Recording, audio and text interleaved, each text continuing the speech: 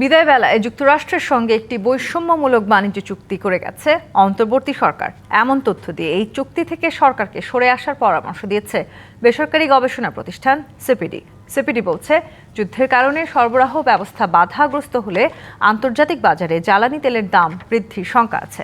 তবে সরকারের কম দামে জ্বালানি তেল কেনা থাকায় অজুহাতে যেন দেশের বাজারে জ্বালানি তেলের দাম বাড়ানো না হয় সেই দাবি করেছে সিপিডি।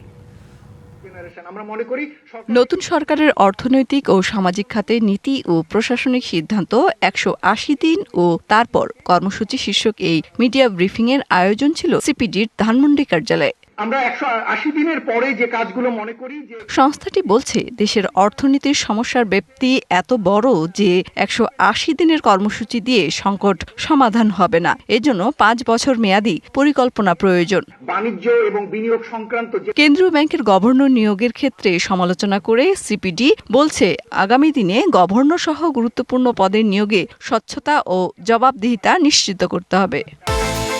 বিকাশ পেমেন্টে 10,000 টাকার বেশি অফার। শপিং চলছে তো, আগামী দিনে দেখব যে এই জায়গায় বিএনপি কি করে। সিপিডি সমালোচনা করেছে অন্তর্বর্তী সরকারের শেষ সময়ে যুক্তরাষ্ট্রের সঙ্গে চুক্তিরও। মার্কিন যুক্তরাষ্ট্রের সাথে বাংলাদেশের যে চুক্তিটি হয়েছে, এই চুক্তির ধারাগুলো যদি বিশ্লেষণ করি, আমাদের কাছে এটি মনে হয়েছে এটি চরমভাবে একটি বৈষম্যমূলক চুক্তি স্বাক্ষর করেছে। সরকারের উচিত এই চুক্তি থেকে সরে আসা। সিপিডি জানিয়েছে, যেহেতু সরকার কম দামে জ্বালানি তেল কিনেছে কিন্তু গ্রাহক পর্যায়ে দাম কমায়নি, তাই নতুন করে যুদ্ধের অজুহাতে যেন দেশের বাজারে জ্বালানি তেলের দাম বাড়ানো না হয় সেটা নিশ্চিত করতে হবে। মেহের মনি, ডিবিসি নিউজ, ঢাকা।